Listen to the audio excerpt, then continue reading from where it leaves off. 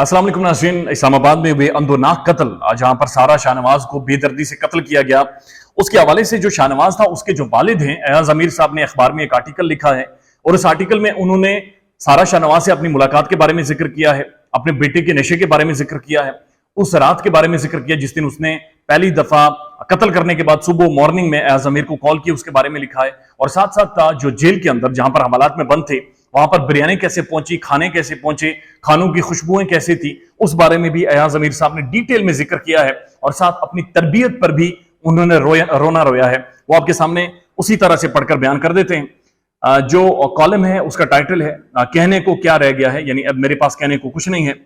पहली इतलात पर यकीन ना आया, फिर पहलू तले जमीन हिल गई।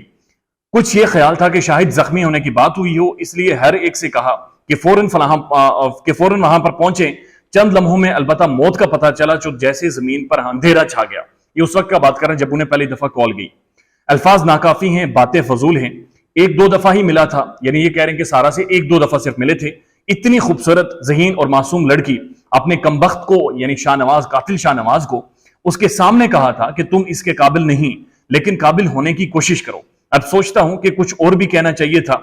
जहन में ख्याल उठते हैं कि अगर ऐसा हो जाता तो ये होता, फलां हो जाता तो फलां हो जाता। इंसान अपने बारे में सोचने लगता है कि मुझसे आखिर क्या गलती हुई है, कौन सा मेरा काम था जिसकी वजह से ये असर पड़ा। अपनी गलतियां तो होंगी, तरबियत की गलतियां भी होंगी, लेकिन कभी ख्याल न जाता था कि ऐसा भी हो सकता है। यहां पर वो मान रहे हैं कि तरबियत की भी गलतियां होंगी। उसके बाद एयाज अमीर साहब अपनी गलतियों के बारे में क्या लिखते हैं।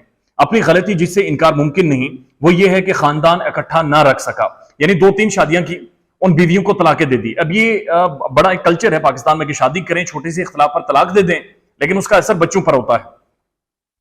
खानदान टूट जाए तो बच्चों पर असर पड़ता है, लेकिन यह भी हकीकत है कि हर टूटे हुए खानदान में ऐसे वाकयात जन्म नहीं लेते। बस इंसान फिर अपनी किस्मत को ही रो सकता है।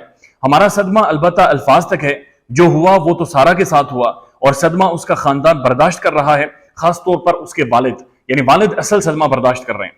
उसके बाद एयाज अमीर साहब लिखते हैं, एक बात वजाहत से कह दूं कि किसी और किस्म का वाकया होता, कोई लड़ाई हुई होती, कोई फायरिंग का केस होता, कुछ जख्मी हुए होते, कुछ गिरे पड़े होते, तो मेरा रद्द-ए-अमल यकीनन मुख्तलिफ होता। अब ये इन्होंने पता नहीं क्या बात लिखी है कि अगर गोलियां मारकर वो उसे कत्ल कर देता तो शायद रद्द-ए-अमल मुख्तलिफ होता। आगे एक्सप्लेन कर रहे हैं इस चीज को। ये निशान मिटा दो, वो कर दो, फलां कर दो, ये सब कुछ हो सकता था, लेकिन यहां तो दिमाग शल होकर रह गया कि उसने डंबल उठाकर उसकी हड्डियां तोड़ दी हैं, और सिर्फ यही कहने की हिम्मत रही कि कोई भाग कर ना जाए। और अब जब कुछ दिन बीत चुके हैं तो दिल सारा के लिए रो रहा है, कोई तदबीर हो उसे वापस लाने की, लेकिन ऐसा मुमकिन नहीं है। उसके बाद वो सारा के लिए बारे में लिख रहे हैं, वो ऐसी लड़की थी कि मुझे पता चला कि वहां बाहर से कुछ पैसे भेजे थे जो गरीबों में मुस्तहिकीन को तकसीम करती थी, यानी बाहर से पैसे भेजती थी या खुद आती थी तो लोगों को बुलाकर अपने उसी फार्म हाउस में लोगों में पैसे तकसीम करती थी। और उसके बाद वो कह रहे हैं कि मुझे मेरी मुलाजमा ने बताया कि सारा ने मिस्कीनों में, गरीबों में यहां पर पैसे तकसीम किए हैं। पता चला कि सारा ने पैसे भेजे थे। जब दोनों मुझे मिले, यानी सारा और कातिल शाहनवाज, जब दोनों मुझे मिले और अपने बेटे को मैंने कहा था कि तुम इसके काबिल नहीं हो, शाहनवाज को ताकीद की थी कि अपनी आदत बदलो, और सारा से कहा था कि किसी गर्ज से भी अब पैसे नहीं भेजने। यानी ये कह रहे हैं कि मैंने सारा को कहा था कि अब तुमने पैसे नहीं भेजने, यानी इन्हें पता था कि पैसे भेजे जा रहे। बिगाड़ बहुत हो जाए तो ऐसी बातें का असर नहीं रहता, और जैसे ऊपर अर्ज किया है कि बिगाड़ हो जाए तो इंसान सोचने पर मजबूर हो जाता है कि आखिर क्या मैं बिगाड़ का हिस्सा था या नहीं था। यहां पर आकर वो ये डिस्कस कर रहे हैं कि क्या आखिर ये जो सारा वाकया रोनमा हुआ उसमें मैं हिस्सेदार था या नहीं था। मेरी जाती आदत कभी भी मिसाली नहीं थी, शादियां हुई, टूट गई। जैसे कि कह चुका हूं कि ऐसी बातों का असर बच्चों पर पड़ता है, लेकिन यह भी हकीकत है कि हर घर ऐसे नहीं टूटता। बेटे से ज्यादा मुलाकात ना होती थी, यानी ये तलाक के बाद अपने बेटे से ज्यादा नहीं मिलते थे, और वो अपनी दुनिया में रहता था, लेकिन जब बात करने का मौका मिलता तो मैं कहता था कि जिंदगी एक बहुत बड़ी नेमत है। वो मुझे बात याद आ रही है कि पैदा क्यों करते हो जब संभाल नहीं सकते। बड़ा दर्दनाक है ये सारी चीज। उसे बर्बाद ना करो, जिंदगी में इतना कुछ है, उसकी खुशियों को समेटने की कोशिश करो। एक बात अलबत्ता वाज़ेह है कि जलील और खतरनाक नशों के सामने इंसान बेबस हो जाता है। यहां से ये आगे बता रहे हैं कि वो कितना बड़ा नशा करता था। नशा महज शराब का नहीं, बल्कि उसके ऊपर चरस और गर्दे का, फिर नींद की गोलियों का इस्तेमाल। नींद की गोलियां खाता था, उसे नींद नहीं आती थी, चरस पीता था, गर्दा पीता था, आइस का नशा करता था, सिगरेटों का मसलसल पिए जाना।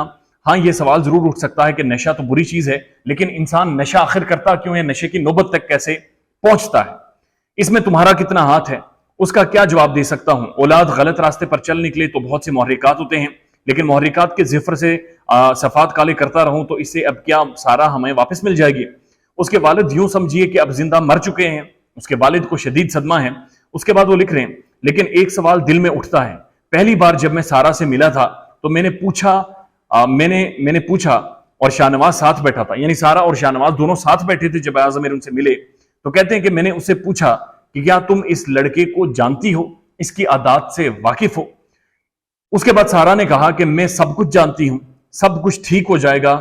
ایسے جواب کے سامنے انسان کیا کر سکتا ہے؟ اس کے بعد وہ فرماتے ہیں، اور یہ تو پہلی بار ہو رہا تھا، یہ پہلی بار نہیں ہو رہا تھا، 2 شادیاں پہلے ہو چکی تھی اور جلدی ختم ہوئی، پہلی شادی تو 8 دن ہوئی، یعنی شاہ نواز نے پہلی شادی 8 دن ہوئی۔ اور اس کے بعد وہ لکھتے ہیں کہ 8ویں روز میری بہو نے مجھے ٹیلی فون کیا اور کہا کہ انکل میں اس شخص کے ساتھ نہیں رہ سکتی۔ وہ لڑکی بہت خوبصورت، ذہین اور سلجھی ہوئی تھی۔ دوسری بہو وہ بہت پڑھی لکھی تھی، خوبصورت اور سلجھی ہوئی خاتون تھی۔ سارا انعام سے یہ تیسری شادی تھی۔ ویسے تو اسلام آباد پھیلا ہوا شہر ہے، لیکن جسے حرف عام میں ایلیٹ طبقہ کہا جاتا ہے اس کی دنیا نسبتاً چھوٹی ہے۔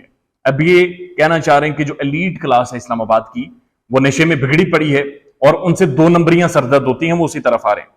اسلام آباد کا جو ایک خاص طبقہ ہے یعنی ایلیٹ کلاس ہے، یہ ایلیٹ کلاس کا بیٹا تھا شاہ نواز، جو ایاز امیر صاحب خود ہیں وہ بھی ایلیٹ کلاس میں شامل ہوتے ہیں۔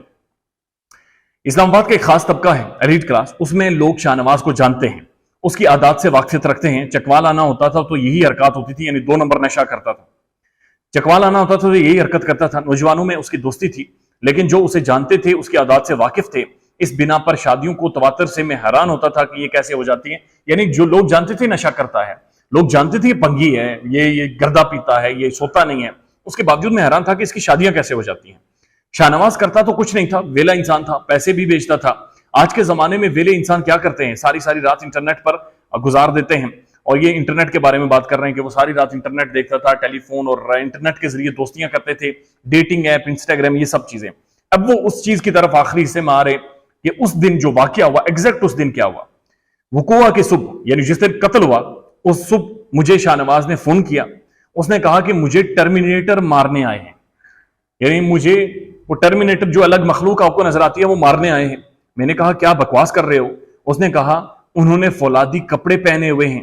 اس پر میں نے کہا کہ ماں سے بات کرواؤ، یہ اس کی ذہنی حالت تھی، یعنی یہاں پر یہ بتایا جا رہا ہے وہ ذہنی حالت میں ٹھیک نہیں تھا، وہ ذہنی حالت اس کی ایسی تھی کہ اس نے قتل کر دیا تو کر دیا۔ ماں سے بات کرواؤ، یہ اس کی ذہنی حالت تھی۔ بہرحال اللہ ہی رحم کرے۔ سارا کا سوچتا ہوں تو نیند اڑ جاتی ہے، اس کے والد کا خیال آتا ہے تو دل پکڑ لیتا ہوں۔ میرا ارادہ تھا کہ شاہ نواز کو نہیں دیکھوں گا، اس کی امداد نہیں کروں گا۔ اب یہاں پر وہ بریانی اور وہ جو حوالات کے اندر جو کھانے شانے آتے تھے اس کی بات کریں گے، اس کی کوئی امداد نہیں کروں گا کیونکہ یہ کسی امداد کا مستحق نہیں ہے۔ یہ اسلام آباد پولیس کی مہربانی ہے کہ مجھے بھی اسی تھانے میں بند کر دیا جہاں پر شاہ نواز ریمانڈ کاٹ رہا تھا۔ لا محلہ لوگ مجھے ملنے آتے تھے تو کچھ کھانا وغیرہ اس کی طرف بھی پہنچا دیتے تھے۔ بہرحال اپنے وقت پر مقدمہ چلے اور میری دعا ہے کہ انصاف کے تقاضے پورے ہوں۔ یہ ایاز امیر صاحب نے ایکسپلینیشن دی ہے، اور جو چیزیں آپ کو سمجھ آ رہی ہیں وہ بڑی کلیئر ہیں کہ انہوں نے ایک ایک چیز کو آپ کے سامنے بہرحال رکھ دیا ہے۔ خیال رکھیے گا اپنا، اللہ حافظ۔